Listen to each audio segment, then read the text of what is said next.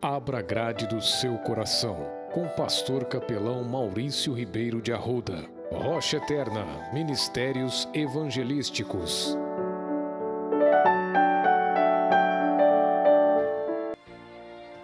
Saudações a todos que podem nos ouvir. Glorifico a Deus a oportunidade que Ele nos dá de retornarmos aqui mais uma vez e poder compartilhar a palavra de Deus com cada um que pode nos ouvir, porque assim diz o Senhor: quem tem ouvidos para ouvir, ouça o que o Espírito Santo tem para você neste momento. A pergunta que eu faço é: qual é o seu crime? Porque a sociedade hoje, ela passa a culpa para o outro, ela não aceita a sua condição. Qual é o seu crime? Vamos ver em João, capítulo 10, versículo 10, o que a palavra de Deus nos ensina. Assim diz o Senhor: o ladrão não veio senão a roubar, a matar e a destruir. Eu vim para que tenham vida e a tenham com abundância. Gostaria de estar orando nesse momento, para que o Espírito Santo possa falar em cada coração como tem falado ao meu. Pai querido e Pai eterno, em nome de Teu Filho amado Jesus, eu peço ao Senhor que use estas palavras para falar em cada coração. Esvazia-me de mim mesmo, encha-me com Teu Santo Espírito. Ó Deus, usa-me como instrumento nas Tuas mãos e eu possa compartilhar esta verdade que o Senhor falou ao meu coração, para que eu possa falar a esses corações. Salve almas, transforme vidas. Em nome santo de Teu Filho amado Jesus, que eu oro agradecido com toda gratidão. Amém. A palavra de Deus, ela nos mostra nessa questão que o ladrão, ele não vem senão a roubar, a matar, a destruir. Eu vim para que tenham vida e a tenham com abundância. Qual a relação dessa pergunta? Qual é o seu crime? Porque é considerado crime, quando nós buscamos essa informação, todo delito previsto e punido por lei penal, uma infração de um dever, um ato repreensível, uma ofensa e tantos outros que poderíamos considerar aqui, mas não é esse o propósito. Há uma variedade de crimes regidos por seus artigos, parágrafos e os seus agravantes. Quando tem os agravantes, então ele serve para orientação da pena. E toda esta lei ela é reescrita em relação à Bíblia, à palavra de Deus, porque qualquer lei na história ela é contemporânea à palavra de Deus, que é desde a eternidade. A Bíblia, ela então é uma bússola moral para nós cristãos. E do mesmo modo a Constituição é uma bússola para uma nação, pois é sobre ela que nos debruçamos para encontrar o caminho correto que devemos seguir no dia a dia, o que é certo e o que é errado, e nos atemos aos seus princípios quando nos são negados direitos, quando até mesmo deveres por ela impostos. A Constituição é sobre todos os aspectos a palavra final para solucionar as demandas existentes nos dias de hoje no direito nacional. E claro, em todos aqueles onde ela é a pedra angular. Então, seja escrita ou percebida, é ela que mostrará o caminho que devemos seguir, o que é correto dentro da Constituição, dentro da lei humana. A lei humana ela é representada pela imagem cega, o que sugere que não se faria acepção de pessoas. Não se vê quem é a pessoa. Mas tem-se pesado muito na balança o oposto disso. Razão pela qual muitos têm se afastado de seus limites, principalmente aqueles que fazem a lei, determinam a lei, interpretam a lei, têm se afastado dos seus limites, interpretando-as convenientemente. A Bíblia, amados ouvintes, ela é a constituição do cristão. No texto que lemos, vemos o advogado na sua exposição, o réu na sua acusação, sendo declarado a sua condenação de um crime cometido desde a eternidade. Um lugar de santidade. E onde nós vemos esse crime nesse texto em questão? Nós vamos em Isaías capítulo 14, que assim diz o Senhor no versículo 11: já foi derrubada na sepultura a tua soberba, com o som das tuas violas, os vermes debaixo de ti se estenderão e os bichos te cobrirão. Como caíste desde o céu, ó Lúcifer, filho da alva, como foste cortado por terra, tudo que debilitavas as nações. E veja o versículo 15: contudo levado serás ao inferno, ao mais profundo do abismo. A palavra ladrão, no texto mencionado, ela aparece por 27 vezes e se refere ao possuidor das coisas alheias, aquele que pega sem pedir e nunca devolve, pessoa que comete delitos como furtos ou roubo, pessoa de má índole, pessoa que se apropria de bens do próximo, pessoa que leva vantagem ou favorece outra pessoa, usando de artifícios avessos ou quebrando as regras. E este substantivo, infelizmente no meio político, nós temos visto essa realidade. Agora, ladrão, por 27 vezes ele aparece nas Escrituras, na Palavra de Deus. E nessas circunstâncias ele aparece. Agora vemos que não só ele é mencionado nas Escrituras, mas também roubar. Porque o ladrão não vem senão a roubar. E quando ele diz roubar, nós vemos essa expressão por 4 vezes na Palavra de Deus, e para nós é o artigo 157, que é subtrair coisa móvel ou alheia para si ou para outrem com agravo pela violência, e essa pode ser física ou psicológica, ou meio que impeça a resistência. Então, em questão aqui, o ladrão que Deus nos mostra, que Jesus Cristo nos mostra, fazendo esse paralelo com a lei, paralelo com a justiça, paralelo com os tribunais, com a parte jurídica, ele veio nada mais, nada menos senão a roubar a verdade, transformar a verdade de Deus em mentira. Ele veio para roubar a fé que nós temos em Jesus Cristo, a fé que nos leva a viver essa vida santa, a buscar viver com o Senhor Jesus Cristo. Ele veio para roubar a nossa honra, destruir o nosso nome, destruir a nossa reputação. Ele veio para roubar a convicção que nós temos nesta verdade, a convicção que nós temos na Palavra de Deus. Ele veio para roubar o futuro que há em nós quando pensamos na eternidade. Porque independente da nossa circunstância, independente de como você está vivendo, há futuro, há esperança para um futuro para você. Para Deus, Ele nos dá essa explicação, Ele nos dá esse ensinamento. E veja o que Ele nos mostra ainda, que Ele veio para roubar também os nossos sonhos. Quantos não têm o sonho de constituir uma família ou de fazer algo de valor, que seja reconhecido por seus familiares, por si próprio? E Ele veio para roubar também a nossa vida eterna, mas a vida eterna é intocável. Ele veio para roubar a vida eterna. Ele veio para falar para você, para todos aqueles que estão nos ouvindo, que não há possibilidade da vida eterna. Por isso que diz que ele veio senão a roubar, mas também a matar. Artigo 121.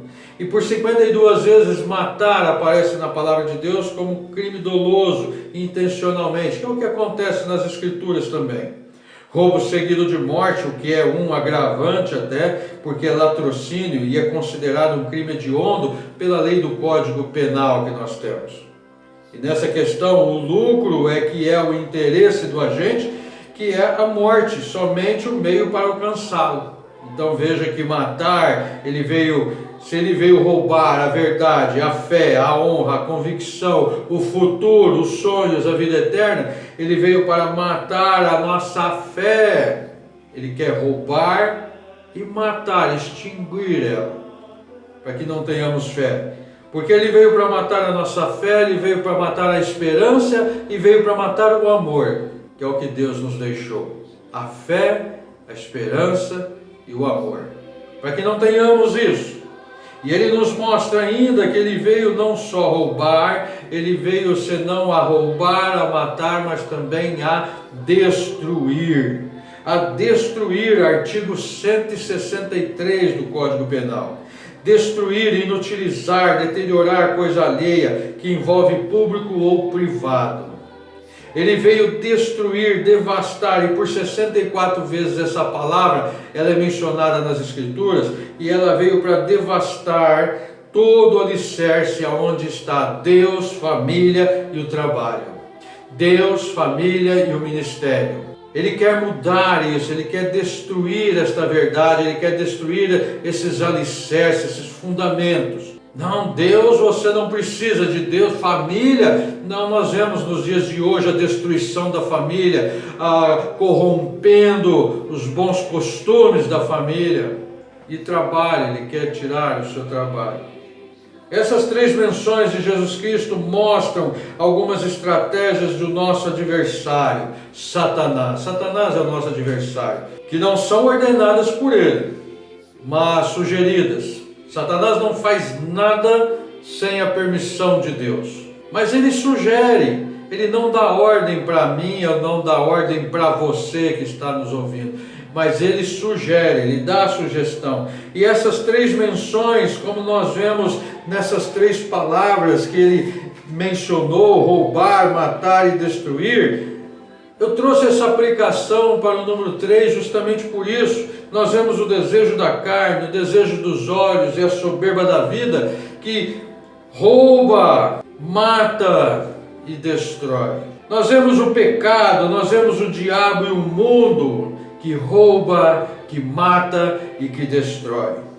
E nós vemos o eu e o espelho, o eu e as minhas próprias decisões. Rouba, que mata e que destrói. E o ladrão, ele vem então para fazer isso, para lançar isso, dizendo que é uma grande oportunidade. E três menções nos apresenta a triunidade, o Deus Pai na criação, o Deus Filho na justificação e o Deus Espírito Santo na consolação. Agora, preste atenção na forma com que a palavra de Deus é apresentada, porque Jesus mostra estas formas, essas três palavras que eu numerei na forma ordinal e crescente, 1, 2, 3. Por quê? Porque nessa sequência nós vemos a decorrência de sua consequência, que é a devastação final.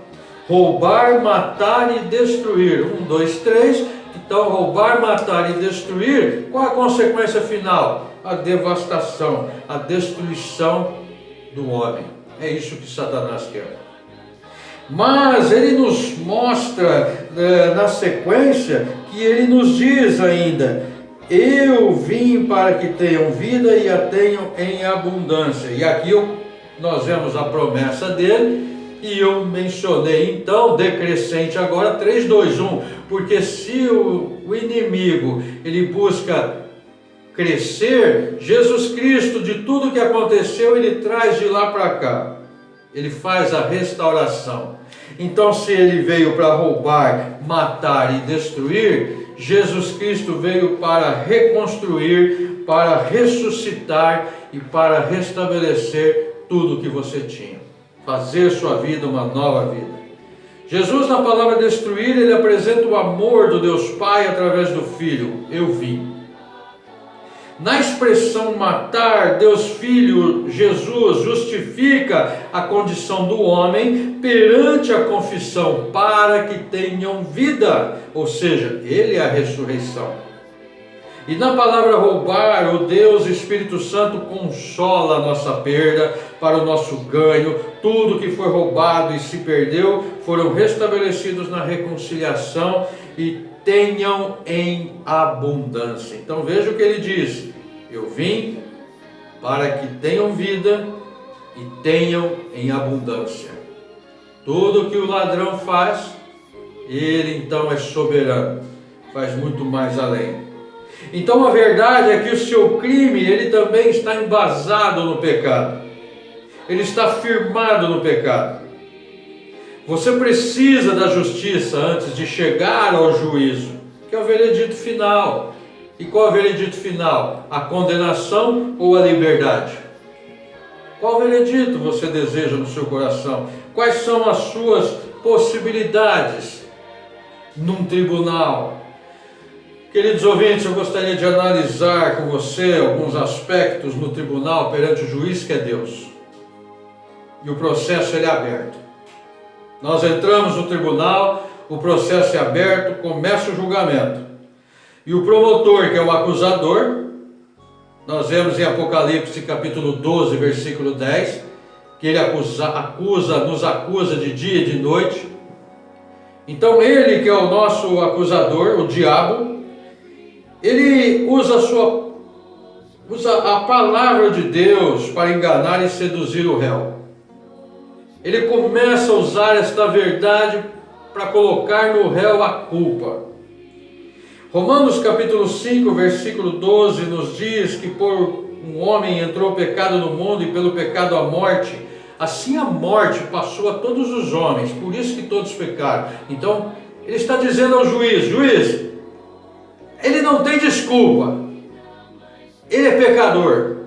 E nós vemos em Romanos 3, 23, que ele nos diz, porque todos pecaram e separados estão da glória de Deus. Está vendo, juiz? Senhor juiz excelentíssimo, ele é culpado. Ele é culpado. Agora, Romanos capítulo 1, versículo 18 a 20, ele nos mostra que não há possibilidade, que eu não vou ter argumento na defesa. Somos culpados, estamos condenados à prisão perpétua e sem avaliação criminológica que me beneficiaria em redução de pena ou liberdade condicional. Não, mas ele não me dá essa oportunidade. Ele está querendo me acusar. Ele vai me acusar assim como ele vai acusar você. Agora, a palavra de Deus nos mostra que ao pecado, a justiça e o juízo, que é mencionado em 1 João, capítulo 4, 15, do pecado porque não creem em mim. O Senhor Jesus nos disse isso. Porque se eu apresento esse acusador, agora eu preciso de um advogado. Então veja como o advogado de defesa começa a se preparar. Do pecado, porque não creem em mim. Então veja 1 João, capítulo 4, versículo 15. A palavra de Deus diz: qualquer que confessar que Jesus é o Filho de Deus, Deus está nele e ele em Deus. Da justiça, porque eu vou para meu Pai e não me vereis mais. 1 João 5, 4 e 5. Veja o que diz: porque todo que é nascido de Deus vence o mundo. E esta é a vitória que vence o mundo, a nossa fé. Quem é que vence o mundo, senão aquele que crê que Jesus é o Filho de Deus? E do juízo, porque já o príncipe deste mundo, Satanás, o adversário, está julgado. Mateus capítulo 25, versículo 41, nos diz que o diabo e seus anjos foram lançados no inferno, preparado para eles. João, capítulo 16, do versículo 8 ao versículo 11, ele nos diz que quando vier o Espírito Santo, ele convencerá o mundo do pecado e da justiça e do juízo. Então o que acontece aqui? O juiz então passa a palavra para o advogado de defesa, porque até então o acusador estava nos acusando. Agora nós temos que buscar um advogado de defesa, o nosso defensor. 1 João capítulo 2, versículo 1, que nos diz: meus filhinhos, estas coisas vos escrevo para que não pequeis, e se alguém pecar, temos um advogado para com o Pai, Jesus Cristo justo. Então ele menciona: meus filhinhos, eu preciso ser filho de Deus para que esse advogado faça a defesa, e a defesa perfeita. Aqui nós vemos Deus Filho, Jesus Cristo. Se eu já estou condenado, eu preciso agora confiar plenamente em meu advogado. que vai mudar os fins desse processo e eu conseguir a liberdade. O advogado, então, ele apresenta os argumentos da defesa, porque agora ele começa a montar toda a linha de defesa. E ele apresenta para mim que eu tenho que reconhecer a culpa. Gálatas capítulo 3, versículo 11 e o versículo 13 nos mostra essa condição. Veja o que diz o Senhor. E é evidente que pela lei ninguém será justificado diante de Deus, porque o justo viverá pela fé. Ora, a lei não é da fé, mas o homem que fizer estas coisas, por ela viverá. Cristo nos resgatou da maldição da lei, fazendo-se maldição por nós, porque está escrito: maldito todo aquele que for pendurado no madeiro. Depois ele nos mostra em Lucas capítulo 23, versículo 40 ao 43, que nos diz o Senhor: respondendo, porém, o outro repreendia-o, dizendo: tu nem ainda temes a Deus, estando na mesma condenação, e nós, na verdade, com justiça, porque recebemos o que nossos feitos mereciam, mas este nenhum mal fez. E disse a Jesus: Senhor, lembra-te de mim quando entrares no teu reino. E disse-lhe Jesus: em verdade te digo que hoje estarás comigo no paraíso. O que ele quer dizer com isso? Então o advogado, ele nos mostra que devemos reconhecer a nossa culpa. Sou culpado, estou condenado. Senhor, tem misericórdia de mim. E eu tenho que crer nesse advogado, confiar, depositar toda a minha confiança nesse advogado, para que ele possa resolver a minha causa, a minha condenação. Segundo aos Coríntios capítulo 6, versículo 2, diz que hoje é o tempo aceitável, hoje é o dia da salvação. Ele ouviu em tempo aceitável. É a mesma coisa desse homem que estava pendurado com ele. Ele ouviu em tempo aceitável. Não daria tempo mais desse homem fazer qualquer outra coisa para pedir perdão, se não olhar para Jesus como advogado: me livre. Lembra-te de mim quando entrares no teu reino. E Jesus, naquele mesmo momento, disse: ainda hoje estarás comigo no paraíso. Então o advogado, ele começa a armar a defesa. Há chance para você, há oportunidade para você. Você que está me ouvindo, há oportunidade para você. Não permita que o seu acusador, ele lhe convença do contrário, mas que você confie nesse advogado e possa receber estas afirmações dele e a sentença final. Não só reconhecer a culpa, mas confessar pelo advogado perante o juiz a sua culpa. Receber o advogado e apresentá-lo ao juiz. Ele vai responder por mim. Aonde nos diz isso? Veja o que a palavra de Deus diz em Romanos capítulo 10, versículo 8. Mas que diz: a palavra está junto de ti, na tua boca e no teu coração. Esta é a palavra da fé que pregamos, que ensinamos e que colocamos à disposição das pessoas, a saber, se com a tua boca confessares ao Senhor Jesus Cristo. Porque a boca fala o que o coração está cheio. Se você estiver cheio de arrependimento, cheio de reconhecimento da sua culpa, ela vai falar. Se com a tua boca confessares ao Senhor Jesus Cristo e em teu coração creres que Deus o ressuscitou dentre os mortos, serás salvo. Salvo da condenação eterna, salvo da prisão perpétua, visto que com o coração se crê para a justiça. Veja como nós fazemos a decisão certa. Com o coração se crê no Senhor Jesus para a justiça, e com a boca se faz confissão para a salvação, porque a Escritura diz: todo aquele que nele crer não será confundido. Todo aquele que invocar o nome do Senhor será salvo. E é isso que o Senhor quer para a sua vida. Tudo que Satanás fez de oposição, ele quer restaurar, ele quer restabelecer. 1 João capítulo 5, versículo 5. Assim diz o Senhor: quem é que vence o mundo, senão aquele que crê que Jesus é o Filho de Deus?